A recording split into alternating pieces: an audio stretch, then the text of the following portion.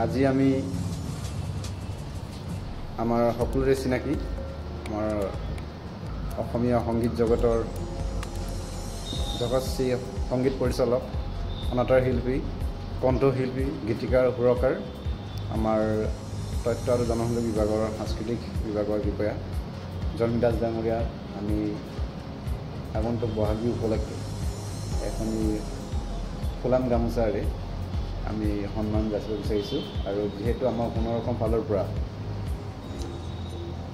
আমাৰ শিল্পী দিৱস উপলক্ষে আমাৰ অসমৰ যিমান খ্যাত অখ্যাত শিল্পী আছে প্ৰবীণ নবীন যিমান আছে সকলোকে আমাৰ ক্ষুদ্ৰ উপহাৰ হিচাপে আমি তেখেতসকলক ৰাইজৰ আগত চিনাকি দিব বিচাৰিছোঁ আমাৰ জাতীয় ৰাইজ তেখেতে আমাৰ জন্মী দাস ডাঙৰীয়াক এখন ফুলাম গামোচাৰে আদৰণি জনাব।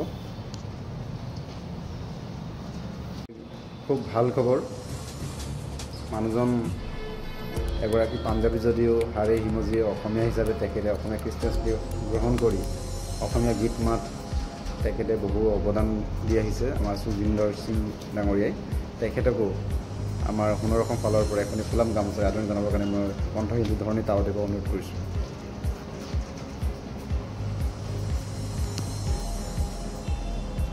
সোণৰ অসম দৈনিক সোণৰ অসম বাতৰিজাতৰ উদ্যোগত তথা তাল সূচনা সহযোগত লোকপ্ৰযুক্তিপৰাত আগবঢ়াই যাবৰ পবিত্ৰ স্মৃতি শিল্পী দিৱস উপলক্ষে 2025 বৰ্ষৰ সোণৰ অসম সংগীত বঁটা আমাৰ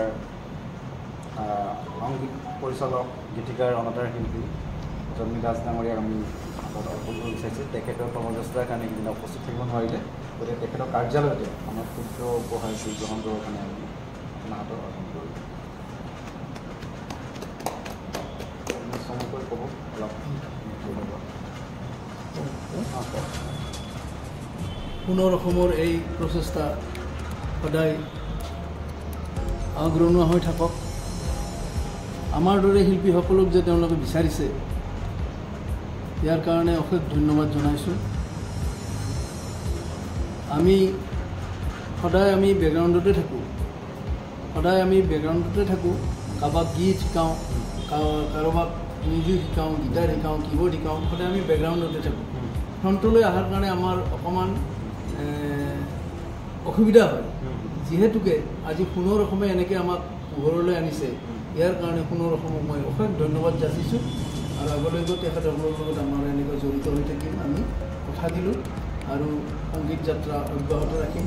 অসমৰ থলুৱা সংগীত মই তাৰে ওপৰত অকণমান গৱেষণা কৰি আছোঁ, ঠায়ে ঠায়ে বুটলি আছোঁ ক'ত কেনেকুৱা সংগীতবিলাক আমাৰ আছে থলুৱা সেই সংগীতবিলাক গোটাই আছোঁ আৰু মই মোৰ শিশু প্ৰজন্মক শিশুসকলক মই শিকাই আছোঁ আৰু মোৰ স্কুলতে হওক মই ব্যক্তিগতভাৱেই হওক এইবিলাক শিকাই আছোঁ বা ৰেডিঅ'টো হওক মোৰ যিবিলাক সুৰত মই কৰোঁ মোৰ সেইবিলাক সদায় থলুৱা সুৰৰ ওপৰতে আমি গীতবিলাক ৰচনা কৰোঁ বা সুৰবিলাক নিহিত কৰোঁ।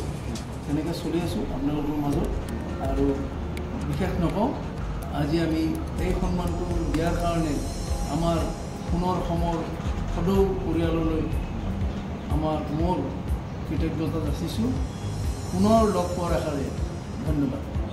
আমি আমাৰ সোণৰ অসম ফালৰ পৰা সোণৰ অসম সমন্বয় শিল্পী বঁটা যিটো তেখেতে এগৰাকী পাঞ্জাবী সম্প্ৰদায় যদিও আমাৰ অসমীয়া কৃষ্টি সংস্কৃতিৰ মাজত এটা সমন্বয়ৰ হিচাপে তেখেতে সংগীত চৰ্চা কৰি আহিছে।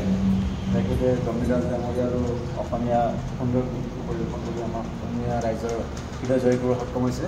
গতিকে এই মানপত্ৰৰ কাৰণে আমাৰ ধৰণী তাৱৰ হাতেৰে প্ৰদান কৰিছোঁ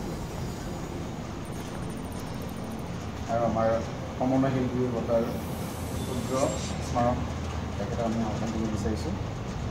তেখেতৰ এই সংগীত চৰ্চা আগুৱাই যাওক, তেখেতৰ কণ্ঠ নতুন গীত মাতে আমাৰ অসমবাসীৰ মাজত আৰু সুদূৰ পাঞ্জাৱলৈকে বিয়পি পৰক।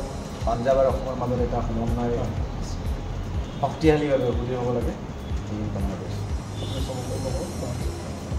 সোণৰ অসম মোক আজি যে বঁটা যে প্ৰদান কৰি মই ধন্যবাদ জনাইছোঁ। আশা ৰাখিছোঁ আমাৰ নিচিনা শিল্পী মানে আগবঢ়াই গ'ল আৰু আমাক